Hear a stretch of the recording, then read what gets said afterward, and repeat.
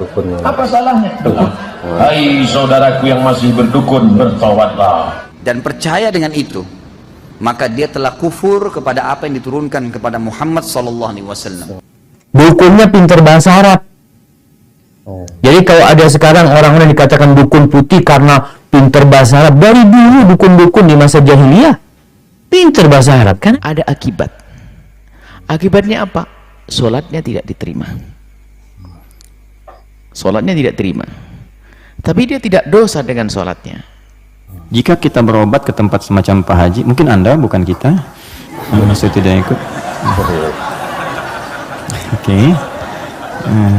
Jika Anda berobat ke tempat semacam Pak Haji yang orang sebut, lalu Anda dikasih obatnya, air minum, dan mendoakan, apakah itu masuk syirik atau bagaimana Ustadz? Mohon pencerahannya Ustadz. Tergantung.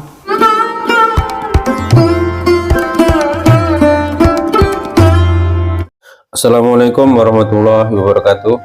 Alhamdulillahirabbil alamin, wassalatu wassalamu ala asrofil anbiya'i wal mursalin wa ala alihi wa sahbihi ajmain.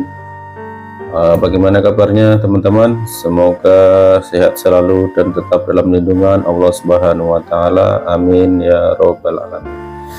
Baik ya, berjumpa kembali bersama dengan kami, channel yang membahas mengenai kajian-kajian dan juga hukum-hukum Islam yang akan disampaikan oleh ustadz-ustadz yang telah admin kumpulkan dalam video ini. Baik ya, untuk kesempatan kali ini admin akan membahas mengenai hukum mendatangi dukun ya, atau berdukun, atau bertanya kepada dukun, atau bertanya kepada paranormal lah istilahnya. Bagaimana dalam pandangan Islam, diperbolehkan ataukah tidak?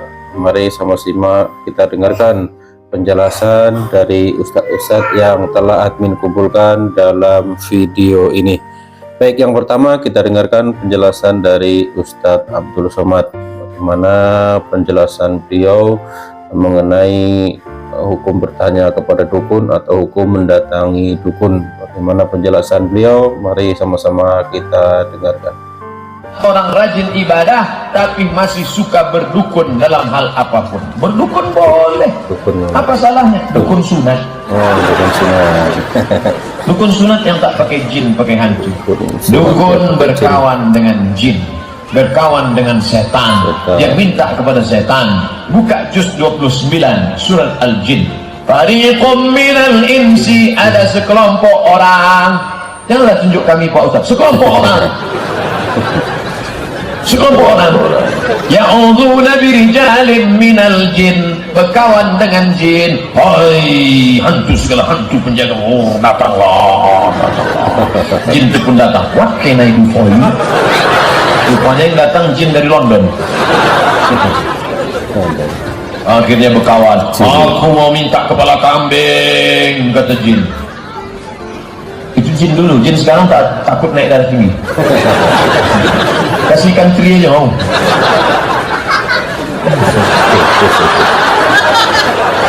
Nah, man ata kahinan, siapa yang datang ke dukun, fasaddaqahu bima yaqul, percaya cakap dukun, falam tuqbal lahu salatun arba'ina yauman, tak diterima salatnya 40 hari 40 malam.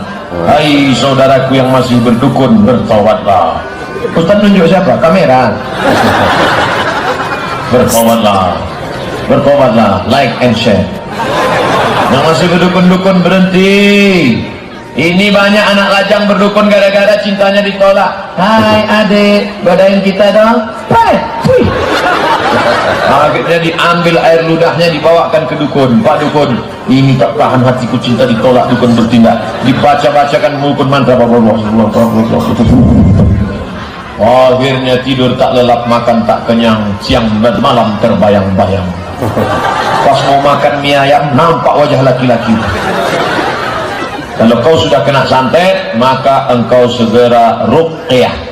Minta cari Ustaz ruqyah. Tanya Ustaz Fadil Rahmi, beliau ketua Ikatan Alumni Timur Tengah. Seluruh alumni Timur Tengah yang bisa ruqyah, tanya siapa?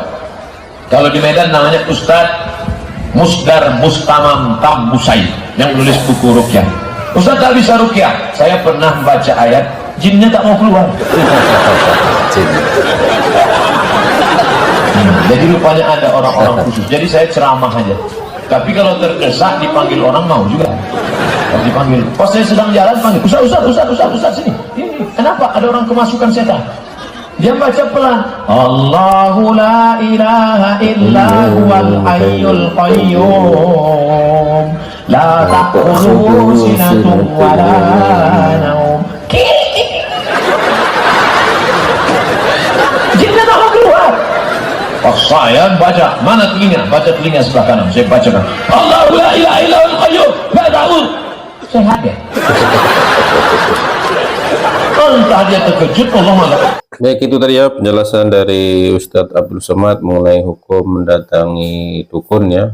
Tadi sudah beliau menjelaskan bahayanya ya, dan juga menghimbau janganlah kita mendatangi dukun sesuai yang beliau jelaskan tadi. Baik, selanjutnya kita dengarkan penjelasan dari Ustadz Khalid Basalamah. Sabda Nabi Muhammad SAW dalam hadis sahih, man ata arrafan au kahinan fasalahu an syai' lam tuqbal minhu salatun arba'ina lailah. Riwayat lain dikatakan arba'ina yauma. Siapa yang coba-coba datangin atau bertanya, mungkin via telepon, via SMS, apapun caranya, kepada dukun, peramal, penyamun, penyihir, apapun istilah mereka, maka tidak akan diterima sholatnya 40 malam. Dalam riwayat lain 40 hari. Ini 40 sholat antum ke belakang ya. Jadi kalau kita sudah pernah sholat selama 10 tahun misalnya, sekali ke dukun dan peramal ini 40 hari hilang. 2 kali 80 hari, tinggal dikali berapa kali anda ke dukun itu. Dan ke orang-orang yang tidak pintar, orang-orang yang tidak normal tadi. Begitu pula hadis yang lain lebih tegas lagi, man ata arrafan au kahinan fasa'alahu an syai' thumma saddaqahu faqad kafara bima unzila ala Muhammad. Siapa yang datangi dukun, peramal, penyamun, penyihir atau apapun istilah mereka, bertanya dan percaya. Tadi yang pertama belum percaya, cuma nanya iseng.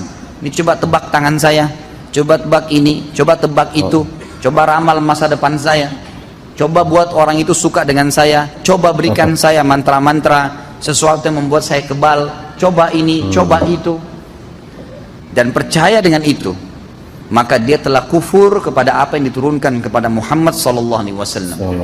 Karena ini jalan yang menyimpang sekali.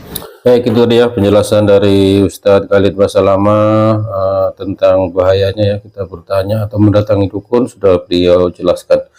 Selanjutnya kita dengarkan penjelasan dari Ustadz Syafiq Riza Basalamah. Bagaimana penjelasan beliau mengenai hukum mendatangi dukun atau bertanya kepada dukun. Mari sama-sama kita dengarkan. Ada dukun putih katanya. Nggak ada dukun putih. Nabi SAW dituduh dukun dulu. Nabi SAW pernah dicaci maki, dihina, dikatakan dukun. Maka Allah Azza wa Jalla mengatakan, wa ma huwa biqauli kahin qalilan ma tadhakkarun. Ya, ucapan itu bukan ucapan dukun. Maka kok sekarang ada orang bangga jadi dukun. Allah itu membersihkan nama Nabi SAW dari perdukunan ini. Maka muslim harus membersihkan dirinya. Yang mau dikatakan dukun. Nabi SAW mengatakan, man ata kahinan au arrafan, barang siapa yang mendatangi dukun atau orang pintar, maka nggak diterima sholatnya selama 40 hari. Loh Ustaz, itu mungkin dukun Jawa Ustaz. Ini dukun Arab. Nabi ini hadisnya sesuatu di Arab sana, bukan di Jawa. Dukunnya pintar bahasa Arab. Jadi kalau ada sekarang orang-orang dikatakan dukun putih karena pintar bahasa Arab, dari dulu dukun-dukun di masa jahiliyah pintar bahasa Arab karena memang orang Arab. Kadang-kala ada kitab-kitab perdukunan berbahasa Arab, dikatakan oh ini kitab bagus ini. Ya, kitab dukun walaupun pakai bahasa Arab tetap perdukunan. Dan sekali lagi Nabi SAW memerangi hal itu, dan muslim nggak boleh berangkat ke dukun. Terus gimana kalau kadung berangkat? Ya bertobat dengan taubatan nasuha. Ajak ibunya juga untuk kembali kepada Allah Azza wa Jalla, memohon ampun kepada Allah. Karena apa? Karena melakukan yang dilarang sama Nabi SAW. Syirik. Yang tadi sholatnya 40 hari nggak diterima. Salatnya 40 hari tidak diterima. Berbahaya tatkala kita nggak bertobat kepada Allah SWT.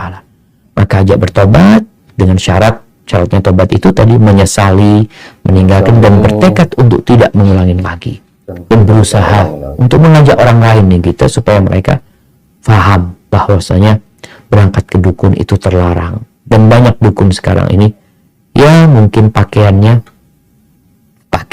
seperti ustaz. Oh iya. Mungkin dia juga berzikir.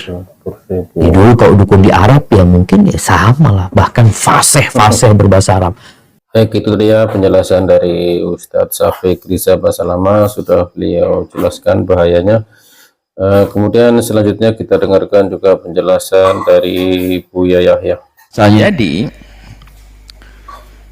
kalau ada orang pergi ke dukun, Arrafan, datang kepada Arraf atau dukun, maka letuk bal salatuhu arba'ina yaum, tidak diterima sholatnya 40 hari. Artinya dia datang ke dukun itu berdosa. Dosanya itu menjadikan dosanya sendiri. Di samping ada dosa, ada akibat. Akibatnya apa? Sholatnya tidak diterima. Sholatnya tidak terima. Tapi dia tidak dosa dengan sholatnya.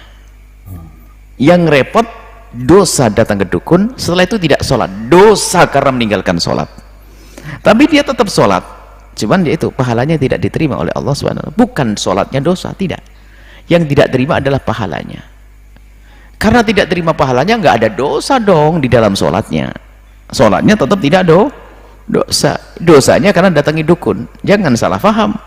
Gara-gara tidak diterima, ya sudah, nggak sholat sekalian. Itu kan dengan manusia. Paling ngasih hadiah juga ditolak. Mending nggak usah ngasih hadiah sekali, kan begitu? Oh bukan, ini beda dengan Allah. Kalau kita tidak melakukan sholat, sudah dosa ke dukun, dosa meninggalkan sholat. Kemudian apakah wajib dikodok? Tidak wajib dikodok, asalkan orang itu tetap sholat. Sholatnya 40 hari, sholatnya tetap sholat. Sholatnya sah dan tidak wajib dikodok. Dan dia tidak dosa dengan sholatnya, hanya itu tadi, tidak diterima, pahalanya tidak ada. Jangan salah paham gara-gara tidak. Ya sama orang takut riak, gara-gara daripada saya riak dosa, mending tidak usah sedekah deh, menjadi orang paling pelit sedunia nanti. Takut riak nggak sedekah, kan kacau nanti. Salah paham ilmu itu bahaya memang. Semoga Allah memberikan kepada kita pemahaman yang baik. Itu tadi ya penjelasan dari Buya Yahya mengenai hukum mendatangi dukun dan bertanya kepada dukun. Selanjutnya kita dengarkan penjelasan dari Ustadz Adi Dayat. Jika kita berobat ke tempat semacam Pak Haji, mungkin Anda, bukan kita, masih tidak ikut. Oke. Jika Anda berobat ke tempat semacam Pak Haji yang orang sebut, lalu Anda dikasih obatnya, air minum, dan doakan, apakah itu masuk syirik atau bagaimana Ustaz? Mohon pencerahannya. Tergantung. Jika Anda minta doa, tabarruk dengan doa itu, wasilah supaya mohon berdoa, didoakan kepada Allah. Anda bisa berdoa sendiri, minta, ya, dan bisa saling mendoakan. Nabi kadang saling mendoakan dengan sahabat, doakan. Bahkan Nabi minta dibacakan oleh Abdullah bin Mas'ud Al-Quran. Abdullah bin Mas'ud datang sini, coba bacakan surat ini. Kata Abdullah bin Mas'ud, ya Rasulullah, Anda kan yang Nabi, tapi saya ingin mendengar bacaanmu. Sesama sahabat saling mendoakan, biasa, saling ketemu, doakan, itu biasa. Dan boleh, adabnya boleh. Anda ketemu ulama, minta doa.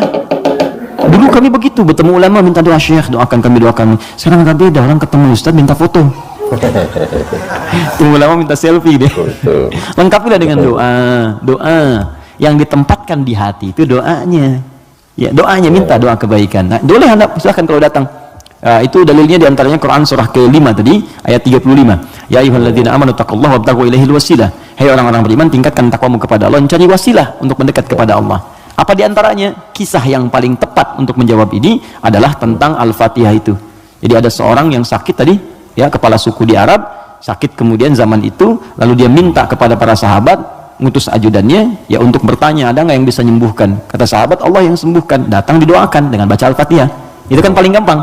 Ketika didoakan itu dengan baca Al-Fatihah, sembuh. Saat sembuh itu dikasihlah kemudian kambing beberapa ekor. Takut, dibawalah kepada Nabi. Ini indah sekali. Dilaporkan kepada Nabi. Karena takut kambing itu gratifikasi. Tuh. Ini bagus sekali. Iya, Jadi takut nih, saya takut salah nih, dibawa ke Nabi. Nabi, tadi ada orang sakit, terus minta bantuan. Saya ingat ajaran Anda, baca Al-Fatihah, saya bacakan. Habis itu dikasih kambing begini. Nabi langsung senyum, ketawa, tabassama dhahikan. Gitu kan? Kurang lebih. Kata Nabi, tahu dari mana engkau Al-Fatihah bisa punya manfaat seperti itu? Maka kata Nabi, bagikan kambingnya, coba berikan aku bagiannya. Maksud Nabi, yuk kita nikmati sama-sama itu. Silahkan kita nikmati, syukur kepada Allah Subhanahu Wa Taala. Ini artinya dalil yang membolehkan kita datang minta doa, misalnya ya, ke orang saleh, ulama. Tapi syaratnya kita pun berdoa dulu, minta sama Allah. Minta. Lalu Allah lebih senang kita minta kepada Allah dengan bahasa hati kita. Setelah itu kita berwasilah minta pada orang saleh yang baik, minta kebaikan, lalu dia doakan kepada kita semua. Jelas sampai sini? Baik. Kalau ada yang khusus semacam tertentu, ada pengaruh jin atau apa, biasanya dia diangkat tuh, mengangkat sesuatu yang bukan dari tempatnya. Ini bukan dari tempatnya, saya angkat, ini spidol, tempatnya bukan dalam gelas, lu saya angkat. Jin tempatnya bukan di tubuh kita angkat. Bahasa Arabnya raka ya, raka atau raka yaraki tarqiyatan wa ruqyatan, maka disebut ruqyah namanya. Terus ya, ada ruqyah itu macam-macam, ada yang dengan bacaan saja, ada yang dengan air. Baik, itu dia penjelasan dari Ustadz Adi Hidayat mengenai hukum bertanya kepada dukun, dan juga penjelasan dari Ustadz yang telah kami tampilkan dari awal sampai akhir. Mudah-mudahan bermanfaat bagi kita dan juga sebagai penambahan ilmu bagi kita semua tentunya, yang dapat kita amalkan dalam kehidupan kita sehari-hari.